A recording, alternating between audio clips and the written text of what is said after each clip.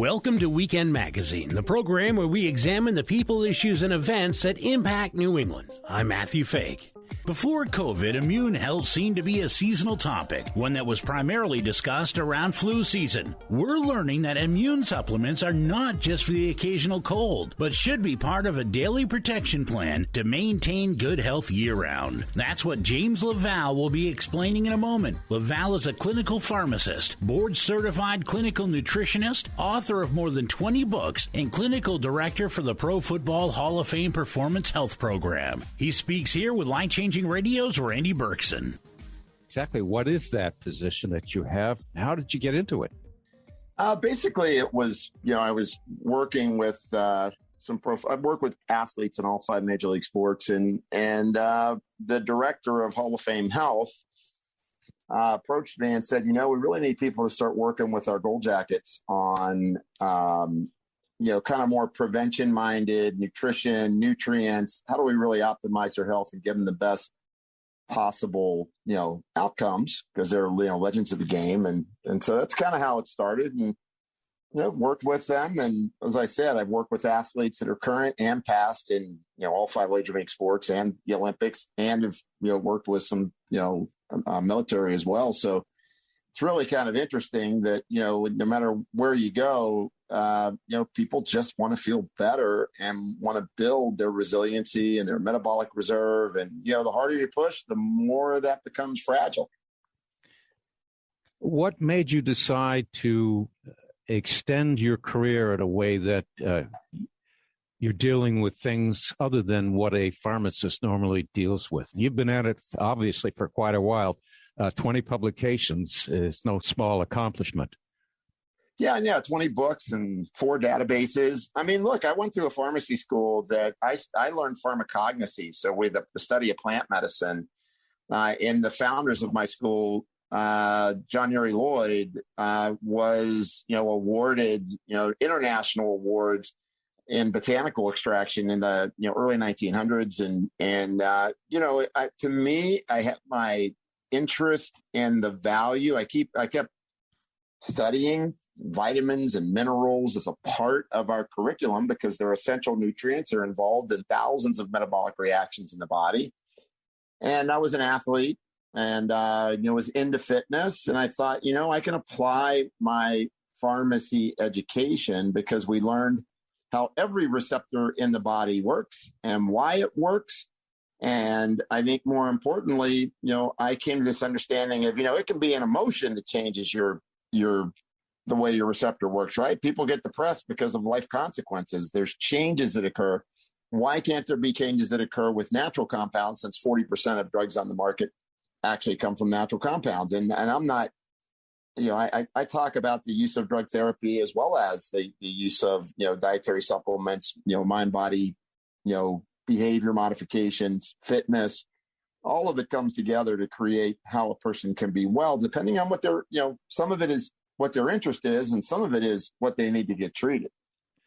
You mentioned the word receptor, and I've heard that before, and maybe you could explain that for people who forget what it is or have never heard of it. Sure. So, if you have a hormone floating around or an inflammatory compound floating around in your body, it has to land somewhere, right? So in order for your body to have an effect from a hormone, it has to hit a receptor, and then that receptor gets activated. It gets turned on, like turning a light switch on, right? And then that creates a metabolic effect in your body. So, for example, if you're under extended stress and you have high levels of cortisol over a period of time, that continual heightened signal for cortisol can downstream affect your immune system. It can affect blood sugar. It can affect bone density. So it's just understanding that your body is in this never-ending signaling. And it's interesting, the National Institute of Health is now talking about whole person health. That's the big concern now, is that how do we really help the whole person be well? So you're not just a liver, you're not just a pancreas, you're not just a kidney. It's how are all these things working together? That brought up the new term metabolic inflammation or metaflammation, meaning that your body is either in a stance that's resilient or it's in a pro-inflammatory stance. And of course, we saw that play out over the last couple of years, unfortunately, people that had pre-existing conditions where low-grade inflammation would be present, like diabetes, prediabetes, hypertension, were more at risk, for the COVID-19 virus. So they already had the fuse lit for a cytokine storm, and then the circuit breakers got blown. And so that's kind of how receptors work, and what you're trying to do is balance the way they get turned on and turned off. Cold and flu seasons is here. People need to understand, well, what do I do on the everyday basis for my immune system? And then, of course, there's what do you do in the acute side? Because a lot of people went out and bought dietary supplements in the last 2 years, trying to think they're just going to put a Band-Aid on a bullet hole, right? Which is, hey, I need to change the way I eat. I need to think about moving. And I need to think about what these nutrients might be able to do for me as a part of a comprehensive program for your health. That's exactly what I wanted to ask. What we want to talk about is supplements as part of the virus prevention and mitigation effort on all our parts. What happens? Does this work? What supplements work to prevent viruses, mitigate viruses, and how do they help your overall health? Yeah. So, I think the first thing is that, I am not going to say, take these nutrients and you will not get, be exposed to COVID or any of the variants, and you're going to overcome it no matter what. I think there's plenty of data out there that talked about the value of vitamin D and zinc and quercetin, and a lot of people ran out and got those. And there was some strong data that supported that, that could keep your body more resilient. I think if you pull back from that and go, well, what else would I do on a regular basis? So, for example, if you got a cold or flu, because look, cold and flu season, flus still knock out a lot of people every year. There's a lot of deaths in the senior community due to the common flu virus. It's not like, it just disappeared on us. So, if you get a bug like that, there's a great herb called Andrographis, Andrographis. Andrographis has got human studies on it that shows that people get over their viruses better when they take it. I think more importantly, you need to know, well, what do I do day in and day out? I think there's a great extract called aged garlic extract, and there's 900 publications on aged garlic extract, and from leading universities. So when they age garlic, it turns out it changes the properties of it. So you can't just go out and listen to this, podcast or, our show and say, oh, I'm just going to eat more garlic then. Because when they age it, it changes the physical nature of the garlic, and new compounds are formed as it ages, just like when you take grains and it turns to beer, or grapes and it turns to wine, or cabbage when it turns to sauerkraut. Things change. And in that transformation of the aged garlic extract, new compounds that are really good for your immune system and your heart health appear. And why that is that it turns out that these compounds are really efficient at helping your body get back to a healthy inflammation response. It helps to reduce vulnerable plaque in your arteries. And that's human studies done by one of the top interventional cardiologists in the United States, Dr. Matthew Budoff. It helps with retaining your bone density, which is incredibly important, because when bone density is lost, you plaque your arteries. There's a direct correlation. Now on the immune side, so it does all these great cardiovascular things. And it turns out that a lot of cardiovascular progression is due to pro-inflammatory chemistry in your body. So on the immune side, what's interesting is they did a trial, and they showed that when people took, and this was, students during exam season, during the fall, going into winter, when they took aged garlic extract, and if people want to know the retail name of that, it's called Kyolic, Kyolic. When they took Kyolic, they ended up reducing incidence, severity, and duration of their cold or flu. So I like taking aged garlic extract all the time because, heart disease doesn't take a break. Inflammation chemistry in most people is not taking a break. So you can you can take things just during cold and flu season. I like having people with a baseline of, hey, I'm taking some things that are healthy for me. And then if I'm going to get if I get a cold or flu bug, do I need to add something on like echinacea or something like that? But interestingly, aged garlic extract already helps people to overcome incidence, duration, and severity. And it does that by increasing something called gamma delta T killer cells. Just a reminder, we're listening to clinical pharmacist and board-certified clinical nutritionist James Laval discussing supplements that boost immunity with Life-Changing Radio's Randy Berkson. And it does that by increasing something called gamma delta T killer cells.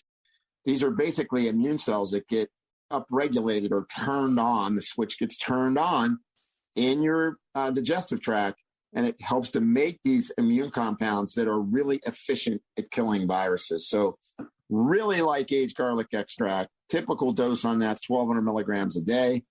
And it's just got a plus. I could spend the whole time talking about the research on aged garlic extract. And it helps turn down inflammation. They showed this in overweight people because, of course, people that were obese were also at risk because fat cells, it turns out, generates inflammatory compounds at a heightened rate. And so people that, have type 2 diabetes, people that are obese, they kind of have the equivalent of a low-grade infection in their body based on their inflammatory compounds that are being released. And it showed that it reduced those by a third. And that's super important to realize that you're calming down that chronic state of inflammatory chemistry with aged garlic extract. It's obvious people, in my opinion, to think about taking D and zinc and getting adequate vitamin A and getting, think about taking quercetin, especially during cold and flu season. But then, and those, those are basically, other than the quercetin, essential nutrients. Your body needs them. And then there's, what can I layer on top? And so aged garlic extract, number one, and you don't have the odor either. So one of the things when it ages, when you take it, you don't get that stinking rose effect. A lot of people, they're like, hey, I don't want to smell like garlic. I've got, I work with a lot of people or whatever. That part is, totally eliminated when you age the garlic. You're talking about inflammation in people.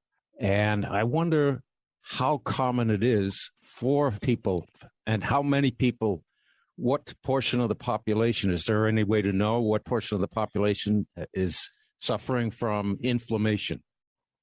Well, inflammation isn't just your joints hurting, right? So if you look at all of the medical papers that have been published in the last almost 8 years, and under the term metaflammation or metabolic inflammation, they attribute all chronic non-communicable diseases to metabolic inflammation.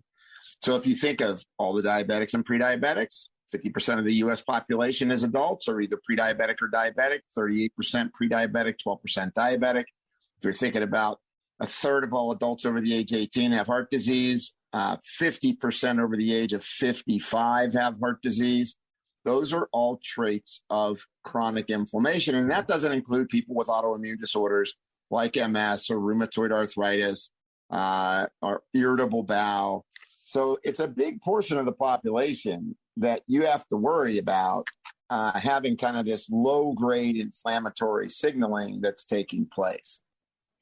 We're talking about supplements. Can we talk about foods for a moment, and which foods contain some of the supplements that you're talking about and what they do? Go ahead. Yeah, and I always warn people because I talk about food a lot. I'm a big believer. And in our clinics, I teach the value of food every day for people, and we require them to go on healthier eating patterns, or we just know it's going to be short-sighted.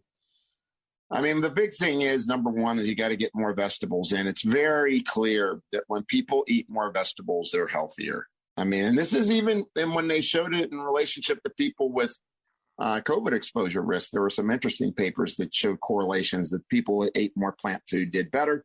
Doesn't mean I'm telling people to go vegan. It's just don't avoid vegetables, right? When people will drive home from work, they don't stop and pick up a head of broccoli. They stop and get a bag of donuts or some potato chips or some nachos, and then they have some alcohol, right? It's changing the mindset of I don't like using the term diet because it's a way of eating that promotes health. It's a lifestyle choice. So vegetables are really important. You get things called sterols and sterolins from vegetables. Sterols are plant fats and sterolins are called plant fat glucosides. And it turns out that those are really good for your immune system. You can even take a supplement. There's one called Moducare that is like 8 pounds of vegetables worth of sterols in a capsule. And it was developed for people for antiviral properties. Dr. Buick in South Africa developed that for the HIV population as a low-cost way to help indigent populations. So eating vegetables, I always tell people eat 3 vegetables to every fruit because people then just chow down on a bunch of pineapple and dried mango and raisins. And you got to watch raising your blood sugar a lot because when you raise your blood sugar, it's harder on your immune system. So 3 vegetables to every fruit. Try to avoid drinking concentrated juices. Dilute them if you want the flavor. Legumes are very good because they help with fiber and it helps to kind of slow the transition of blood glucose in your body. So things like beans, really good. Nuts and seeds. I mean, for example, Brazil nuts, very high in zinc. So nuts and seeds tend to be high in minerals, and minerals are incredibly important, not just for your immune system, for your total health. That doesn't mean eat pounds of them at a time. It means eat a small handful at a time. And the other thing I would say is, as much as it's important to eat, it's important to know when not to eat. Meaning that we're pretty much showing now through your body goes through a circadian rhythm, and daytime hours is when you eat. So you probably shouldn't eat dinner after 7. A lot of people end up eating dinner late. And I would say that people eat too much, they eat too often, they eat too late. They pick the wrong foods. They're under a lot of stress and they don't get enough sleep. And when you add all of that together, that's where people become prone for, chronic inflammation, succumb to a virus. If you sleep 5 hours a night, you're 9 times more likely to get a cold or flu. That's pretty impactful, Yeah. So I think it's really important that people start to think about what lifestyle, if you're, look, some people that doesn't matter. I've been in this business a long time. I've seen thousands and thousands of patients in different institutes that I've headed up and have taught it for, major fitness organizations. So when I'm telling you this, it's based out of just being around a lot of consumers of health. There's some people that truly want to change their health equation and they make the effort. And there's some people that have to try several times before they get successful. And there's some people that just say, hey, I'll just take the drug. And I don't judge any of it. It's what do you really want? Most of the time people get scared when they have a life crisis, and then they want to learn about how can I improve my health. And I think the pandemic did that for a lot of people, by the way. Incredible uptick and people being interested in their health. Now that you've given us a lot of food for thought, no pun intended, and a lot to digest, no pun intended, you've published 20 books, and we'd like to see one of those, or perhaps you could recommend the one that might be useful to most of us when it comes to eating the right foods and taking the right supplements, which ones to take, depending on how old or how young we are. Is there anything you can recommend in that? Sure. There's a couple of ways to do that. One is they can get Cracking the Metabolic Code. The other book I wrote called Your Blood Never Lies teaches you how to look at your blood test for health instead of disease. And then if people go to jimlaval.com, we've got ebooks and handouts and starter guides, learn how to count your carbs. Here's your plate. We've got all kinds of information for people that they can get to. Obviously, the bigger book, the bigger diet books are for sale. Some of the handouts I just give out because in the end, I'm really interested in helping to change the health equation for America, because it's going to take more than one person. It's going to take more than one team. It's going to take a lot of folks pushing forward to get people educated and understanding, what do we need to do about getting people healthy again. Again, that was clinical pharmacist and board-certified clinical nutritionist James Laval discussing supplements that boost immunity with Life-Changing Radio's Randy Berkson. For more information, visit Jim Laval. That's LAVALLE.com. I'm Matthew Fake.